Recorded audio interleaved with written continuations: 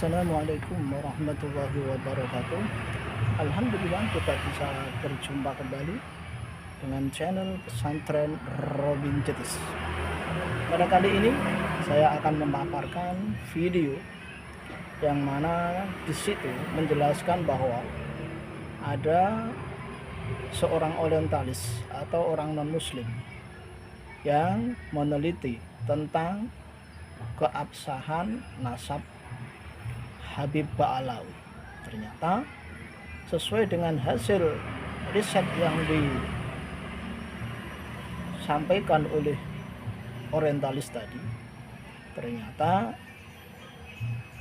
nasab Habib Ba'alawi adalah nyambung sampai Rasulullah Shallallahu Alaihi Wasallam. Untuk lebih jelasnya, mari kita ikuti video dari Bang Rumel Abbas. Jika kata Hadramaut didengar, seketika bayangan orang-orang mengarah pada sebuah wilayah tandus di selatan semenanjung Arab. Di wilayah Hadramaut itu terdapat kabupaten yang disebut dengan Tarim, sebuah daerah yang ditinggali beberapa komunitas Sayyid atau komunitas keturunan Nabi Muhammad. Ketika mencari lebih dalam tentang kabupaten ini, saya akhirnya menemukan publikasi seorang orientalis non-muslim bernama Orbi Sorjan berjudul The Sayyids of Hadramaut. Publikasi Sorjan berasal dari sebuah pertanyaan, bagaimana mereka berhasil menjaga otoritas spiritual dan menjadi pemimpin komunitas muslim yang tersebar di berbagai belahan dunia, termasuk di Asia Tenggara. Boleh dibilang, penelitian Sorjan ini membuka tabir kehidupan Sadah dan Ashraf yang barangkali jarang terungkap dalam literatur lain, termasuk tesis pembatalan nasab habaib yang disusun oleh Kiai Mat, Kiai Alawi, hingga Trisula Batu Ampar atau Trisula Madura. Saya Rumel Abbas, ini Bapak Ngantor, selamat datang di playlist Humaniora.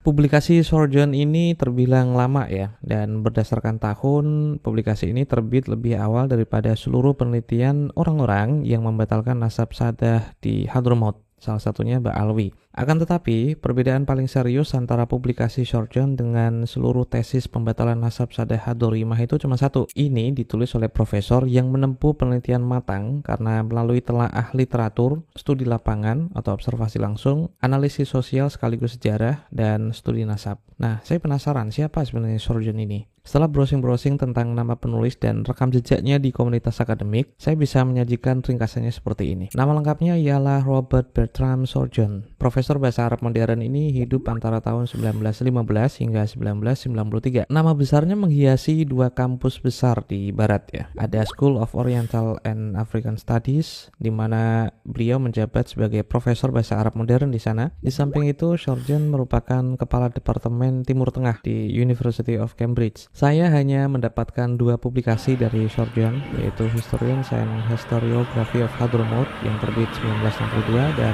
publikasi yang akan kita ulas kali ini yaitu berjudul The Sayyids of Hadramaut yang dipublikasikan tahun 1957. Nah, yang membuat saya tertarik untuk mengulas publikasi Sorjan cuma satu sebenarnya. Dia adalah seorang orientalis yang non-muslim. Jika ada seorang muslim yang kebetulan muhibbin dan mengisbat Ba'alawi, cenderung dicarikan celah dan blind spot untuk membatalkan dalil penisbatan nasabnya. Entah nggak enak jika membatalkan Ba'alawi lah, punya guru Ba'alawi lah, nasabnya batal, jadi kalau ikut membatalkan Ba'alawi nanti dibatalkan juga lah. Dan lebih dari itu, jika ada Ba'alawi sendiri yang kebetulan menulis hal yang berpotensi bisa membatalkan nasabnya, ya akan langsung dipercaya. Lantas, saya berpikir, bagaimana jika yang mengulas nasab para Sayyid di Hadramaut termasuk Ba'alawi adalah orientalis dan non-muslim? Bagi intelektual tradisional muslim yang cenderung curiga dengan kerja-kerja penelitian orang barat, telah Sorjan ini terbilang objektif karena orientalis yang non-muslim itu punya kecenderungan untuk tidak memuliakan Sayyid. Jangankan memuliakan Sayyid, memuliakan ajaran Islam saja tidak, ya kan? Dalam studi hadis, seorang perawi bisa disebut thiqah, salah satunya ketika dinilai baik dan thiqah bahkan oleh orang yang tidak menyukainya. Contoh kecil tentang hal ini ialah komentar Abu Sufyan terhadap baginda Nabi ketika menghadap Kaisar Romawi Heraklius sebelum masuk Islam. Abu Sufyan yang waktu itu sangat memusuhi baginda Nabi ketika ditanya tentang profiling atau karakter baginda Nabi itu berkata kepada Heraklius, Muhammad itu sosok yang jujur dan tidak pernah berdusta. seorang pemuka Quraisy yang dikenal memusuhi baginda Nabi namun tetap memuji kejujurannya akan dinilai lebih kuat kredibilitasnya dibandingkan testimoni pengikut Nabi yang memuji-mujinya karena cinta. Nah, dari sudut pandang kecurigaan intelektual tradisional muslim ini, Shorjan itu ibarat Abu Sufyan yang memiliki jarak yang jauh dari afiliasi emosional dan bias terhadap objek penelitiannya. Namun bagi sarjana muslim yang terbuka, Shorjan itu termasuk intelektual yang outsider atau peneliti di luar Islam yang tidak memiliki kepentingan untuk mendukung atau menjatuhkan konsep kesaidan dalam tradisi Islam. Objektivitas Shorjan ini tidak diukur berdasarkan kecurigaan hanya karena dia non-muslim yang orientalis, tapi diukur secara sistematis seberapa taat dia dalam menaati prosedur metodologis dari penelitian yang dia tempuh, validitas pengolahan dari seluruh data yang dia temukan, dan integritasnya di dalam komunitas akademik. Kali lain kita akan mendiskusikan tentang hal ini, jadi kalian punya alasan untuk subscribe. Pamit ya kantor.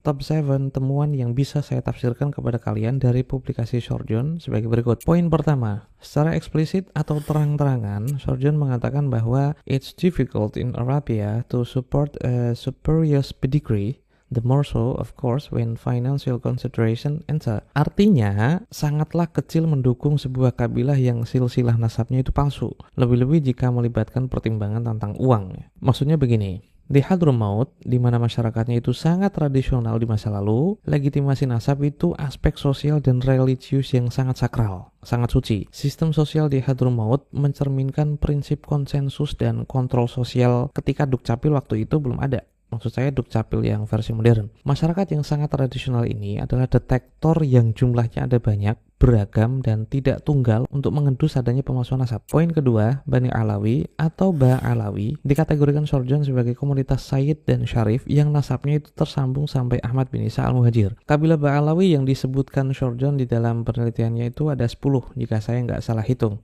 yaitu Al-Kaf, Al-Jufri, Al-Idrus, Abu Bakar bin Salim, As-Saqaf, Al-Haddad, Al-Habsyi, Al-Muhdar, Al-Bar, dan Balfaqih. Poin ketiga, dari studi lapangan yang ditempuh Shorjan, keluarga Ashraf dan Sadah di Hadramaut itu punya birokrasi yang ketat dalam memasukkan seseorang ke dalam kabilah tertentu yang mau dimasukinya. Registrasi keluarga yang rumit seperti ini pada hakikatnya memperkuat keterjagaan kabilah Hadrami untuk disusupi oleh impostor, disusupi oleh orang luar yang bukan bagian biologis keluarga besarnya. Catatan silsilah yang diwarisi secara turun-temurun memastikan kabilah di Hadramaut itu menjadi sangat terawasi dan terukur. Jika ada pemalsuan nasab sebuah kabilah, maka akan sangat mudah terdeteksi. Poin keempat, Hadramaut sama seperti wilayah umum di belahan bumi Arab memang didominasi oleh masyarakat awam. Akan tetapi, belum tentu di sana itu nggak ada tokoh atau intelektual lokal yang terpelajar dan terdidik. Shorjan mendapati ada beberapa klan masyayikh, bentuk plural dari syekh yang berarti para pemimpin agama. Ada banyak klan masyayikh di Hadramaut. Namun Shorjan fokus pada 3 kabilah masyayikh, yaitu Ba'abad, Al-Khatib, dan juga Bafadol. Keluarga Ba'abad secara nasab itu tersambung sebagai klan Kohton yang punya keterkaitan dengan makam Nabi Hud yang ada di Yaman. Keluarga Al-Khatib yang secara turun-temurun dikenal sebagai syekh atau masyayikh pengkhotbah atau dikenal sebagai keluarga pengkhotbah. Jangan bayangin pengkhotbah kosong seperti yang lazim di masa sekarang ya. Keluarga Al-Khatib di Hadramaut itu dikenal sebagai kabilah keluarga alim keturunan salah satu sahabat Nabi yang bernama Abbad bin Bishr yang melakukan ekspansi paling awal dalam perluasan Islam hingga ke Yaman. Yang terakhir adalah keluarga Bafadol, yaitu klan keturunan sahabat Nabi yang sangat dihormati di Hadramaut sebagai komunitas intelektual. 3 keluarga masyayikh ini, tanpa mengecualikan keluarga masyayikh yang lain, punya hubungan sosial, intelektual, dan spiritual dengan kabilah Bani Alawi secara umum. Dalam telaah Shorjan misalnya, keluarga masyayikh itu masuk dalam hierarki sosial nomor 2 setelah keluarga Said dan Syarif. Seperti tradisi simbolik takbil atau mencium tangan itu dilakukan oleh keluarga masyayikh kepada keluarga Ba'alawi, dan keluarga masyayikh itu memanggil keluarga Ba'alawi dengan Habib. Secara tidak langsung ini berarti pengesahan sosial dan spiritual. Jika ada pemalsuan nasab sebuah kabilah, maka sangat mudah terdeteksi oleh keluarga besar masyayikh intelektual dan alim di Hadramaut seperti ketiga klan masyayikh tadi. Poin kelima, Hadramaut memang diisi orang-orang yang dikenal berdasarkan genealoginya, berdasarkan nasabnya. Kultur seperti ini memang kurang lazim di Indonesia yang mengenal orang berdasarkan suku atau asal daerahnya, bukan nasabnya. Jadi jika di Indonesia kita memperkenalkan diri sebagai salam kenal, saya Rumilaba, saya Jepara, suku saya Jawa, punya famili dari Madura juga, juga. Maka di Hadramaut cara memperkenalkan dirinya itu berdasarkan nasabnya. Atasmak,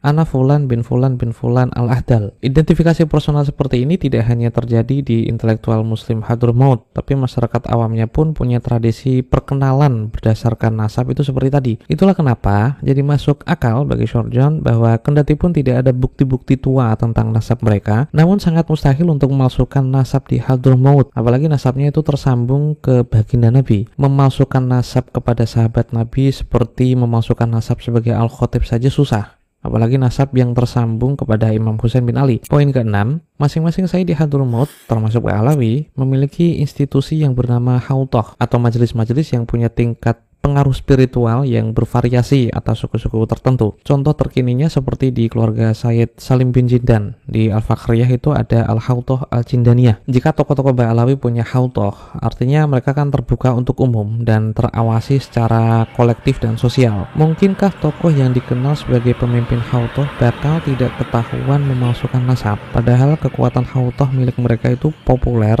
berdasarkan sisi spiritualitasnya sebagai keturunan Nabi. Untuk memudahkan penjelasan ini, saya tarik kasusnya Gus Miftah yang sangat terkenal, sangat viral, dan pernah mengklaim sebagai keturunan Brawijaya V lewat Kiai Besari. Jika Gus Miftah punya majelis rutinan yang menarik ribuan massa karena dia dikenal sebagai keturunan Kiai Besari, manakala tidak ada satupun keturunan Kiai Besari yang menolak klaim Gus Miftah sebagai keturunan Kiai Besari, ini artinya Gus Miftah memang dikenal dan populer sebagai keturunan Kiai Besari. Beda kasusnya jika majelis rutinan Gus Miftah itu didatangi masyarakat karena ilmunya, karena ketawaduannya, karena tingkat spiritualitasnya, bukan karena nasabnya. Ketika majelis miliknya populer, terkenal, dan viral, tiba-tiba video Gus Miftah yang mengklaim sebagai keturunan Kiai Besari ternyata dianulir oleh keturunan Kiai Besari yang lain. Bagi masyarakat yang menaruh perhatian lebih pada nasab Kiai Besari karena mereka dikenal berdasarkan nasabnya, maka Hautoh Ba'alawi adalah majelis yang bisa diendus jika terjadi kepalsuan. Poin ke-7, mungkin ini kontroversial, tapi Shorjon mengatakan bahwa kafa'ah dipakai cukup ketat di komunitas Sayyid Hadramaut. They will never marry their daughter